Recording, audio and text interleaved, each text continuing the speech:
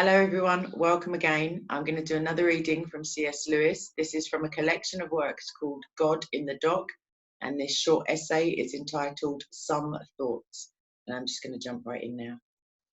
At first sight, nothing seems more obvious than that religious persons should care for the sick. No Christian building, except perhaps a church, is more self-explanatory than a Christian hospital. Yet on further consideration, the thing is really connected with the undying paradox, the blessedly two-edged character of Christianity. And if any of us were now encountering Christianity for the first time, he would be vividly aware of this paradox. Let us suppose that such a person began by observing those Christian activities which are, in a sense, directed toward this present world. He would find that this religion had, as a mere matter of historical fact, been the agent which preserved such secular civilization as survived the fall of the Roman Empire. That to it Europe owes the salvation in those perilous ages of civilized agriculture, architecture, laws, and literacy itself. He would find this same religion has always been healing the sick and caring for the poor, that it has, more than any other, blessed marriage, and that arts and philosophy tend to flourish in its neighbourhood. In a word, it is always either doing, or at least repenting with shame for not having done, all the things which secular humanitarianism enjoins. If our inquirer stopped at this point, he would have no difficulty in classifying Christianity, giving it its place on a map of the great religions. Obviously, he would say, this is one of the world-affirming religions like Confucianism or the agricultural religions of the great Mesopotamian city-states. But how if our inquirer began, as he well might, with quite a different series of Christian phenomena?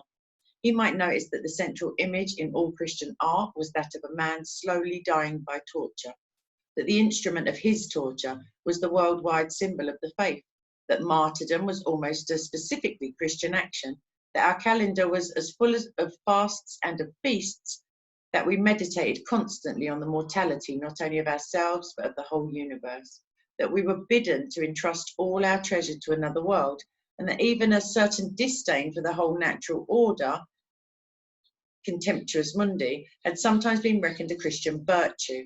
And here once again, if he knew no more, the inquirer would find Christianity quite easy to classify. But this time he would classify it as one of the world-denying religions. It would be pigeonholed along with Buddhism.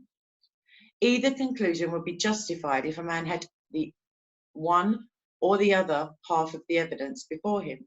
It is when he puts both halves together and sees that Christianity cuts right across the classification he was attempting to make, it is then that he first knows what he is up against, and I think he will be bewildered. Probably most of those who read this page have been Christians all their lives. If so, they may find it hard to sympathise with the bewilderment I refer to. To Christians, the explanation of this two-edged character in their faith seems obvious. They live in a graded or hierarchical universe where there is a place for everything and everything should be kept in its place. The supernatural is higher than the natural, but each has its place, just as a man is higher than a dog, but a dog has its place. It is therefore to us not at all surprising that healing for the sick and provision for the poor should be less important than, when they are, as sometimes happens, alternative to the salvation of souls, and yet very important. Because God created the natural, invented it out of his love and artistry, it demands our reverence. Because it is only a creature and not he, it is from another point of view of little account. And still more because nature, and especially human nature, is fallen, it must be corrected and the evil within it must be mortified. Its essence is good. Correction is something quite different from Manichaean repudiation or Stoic superiority.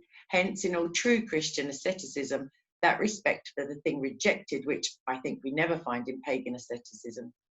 Marriage is good, though not for me. Wine is good, though I must not drink it. Feasts are good, though today we fast.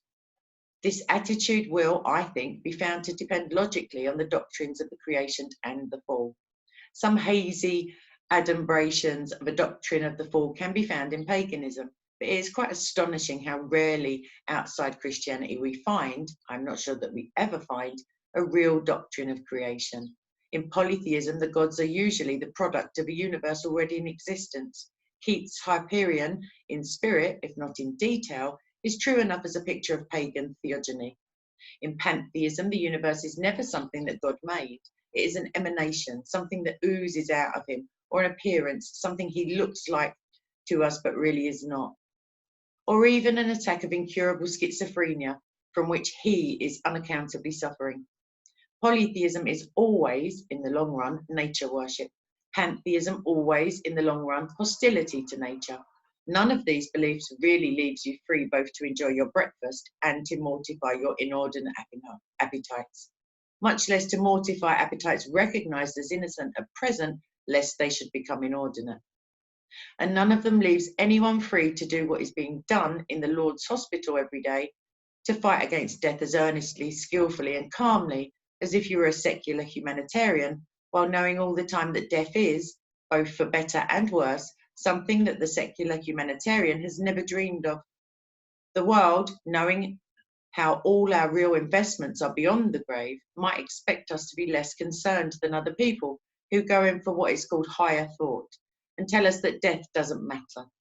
But we are not high-minded, and we follow one who stood and wept at the grave of Lazarus, not surely because he was grieved that Mary and Martha wept and sorrowed for their lack of faith, though some thus interpret, but because death, the punishment of sin, is even more horrible in his eyes than in ours. The nature which he had created as God, the nature which he had assumed as a man, lay there before him in its ignominy, a foul smell, food for worms. Though he was to revive it a moment later, he wept at the shame. If I may here quote a writer of my own communion, I am not so much afraid of death as ashamed of it. And that brings us again to the paradox. Of all men, we hope most of death, yet nothing will reconcile us to, well, its unnaturalness. We know that we were not made for it. Unnaturalness. We know that we were not made for it. We know how it crept into our destiny as an intruder, and we know who has defeated it, because our Lord is risen. We know that on one level it is an enemy already disarmed, but because we know that the natural level also is God's creation, we cannot cease to fight against the death which mars it, as against all those other blemishes upon it, against pain and poverty, barbarism and ignorance, because we love something more than this world, and we love even this world better than those who know no other. Thanks very much for listening, and apologies when I tripped over the words. All right, thanks, and I'll see you soon. I have another upload at lunchtime today. Thanks very much. God bless. Bye-bye.